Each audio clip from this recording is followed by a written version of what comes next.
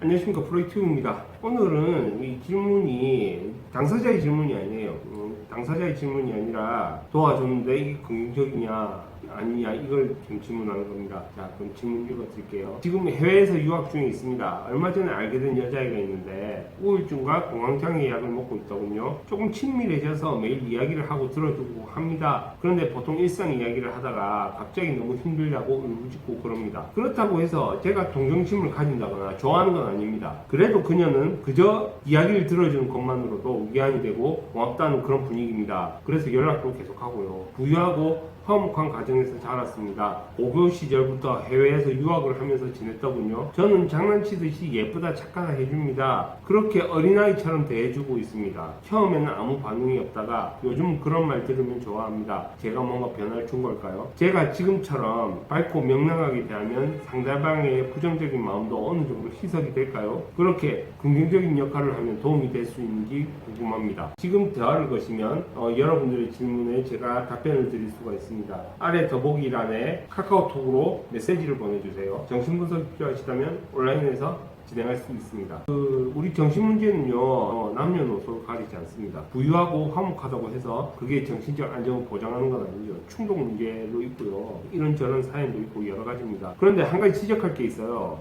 그 사람 좋아지는 것 같다고 해서 본인이 계속 그렇게 대해주는 게 뭐 치료적 도움이 되냐 이런 질문을 하시는데요. 진짜 그런 식으로 착각에 빠진 사람들이 조금 신경해요. 그래서 이제 이런 관계에서 뭐 연애 관계로 넘어가잖아요. 그러면 자기 여자친구는 자기 아니면 병든다 아프다 이런 착각을 할 때도 있어요. 그 여자분한테 정말 도움이 되고 싶으면 신뢰할 수 있는 사람 혹은 사랑할 수 있는 사람이 있는 게 제일 좋습니다. 지금 그 여자분 같은 경우에는 본인에게 있어서 자기 편이 되어주는 사람이라고 그렇게 믿고 있으니까 좀 긍정적 효과가 나오는 거지. 그 여자분이 기분이 좋아지는 게 지금 질문자분처럼 뭐 어린애처럼 대해줘서 이게 도움이 됐다 이런 게 전혀 아니에요. 좋아지려고 할 때는 그 사람을 향한 신뢰감을 가질 때입니다. 다른 사람을 좋아하고 믿고 그러면서 증상도 많이 좋아지는 거지. 주변에서 누가 어떻게 해준다고 해서 좋아지고 말고 결정되는 게 아니에요. 특별한 반응이 아니라 신뢰관계가 더 중요한 겁니다. 게다가 이제 그 약물을 지속적으로 복용 중이잖아요. 그러면 현실에서 관심도 많이 떨어진단 말이에요. 이것을 자체적으로 견뎌내기 위해서는 이 발작적인 움직임도 나타날 수가 있어요. 제가 그 컨디셔닝 할 때 이제 컨디셔닝 하면서 좀 많이 좋아진 여자분이 있는데 이 여자분이 저한테 그런 이야기를 했어요. 이 여자분이 이제 연애를 몇 번 했단 말이에요. 자기는 우울증에 시달리고 있지만 그래도 뭐 남자친구들이 다가와서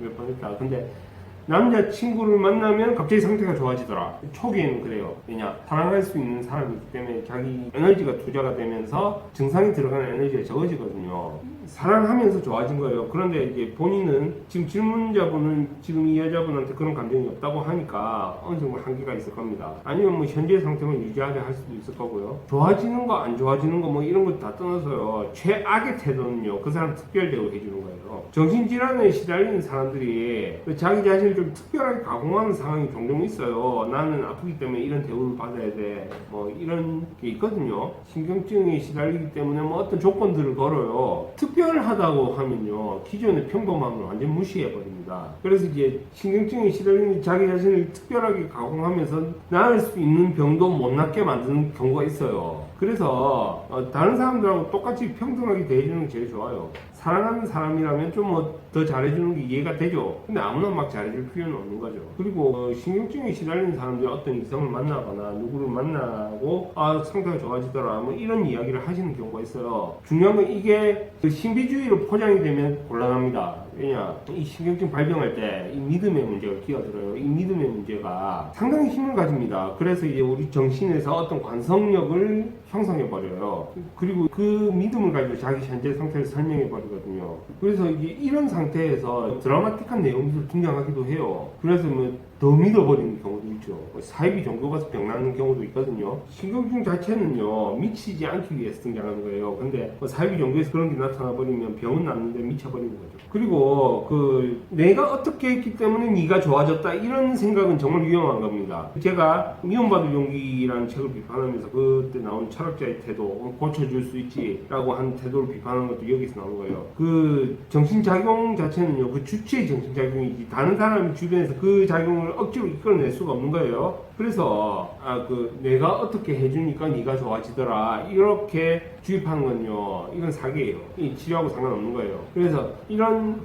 믿음을 가지게 하는 것은 거리를 좀 두는 게 좋습니다. 제가 이 디지털 정신분석 처음 할 때요, 해외 유학생들한테 분석 문의를 좀 받았어요. 캐나다나 미국 같은 데서는 이제 뭐 유창하게 영어로 상담을 해도 모국어하고는 좀 차이가 있고요. 아랍권에 있는 경우에는 아예 상담이 안 되죠. 아랍에서는 상담할 수 있는 상담사가 없었죠. 그런 경우에 자기가 만나는 사람한테 이제 특별한 의미를 부여하는 경우가 있었어요.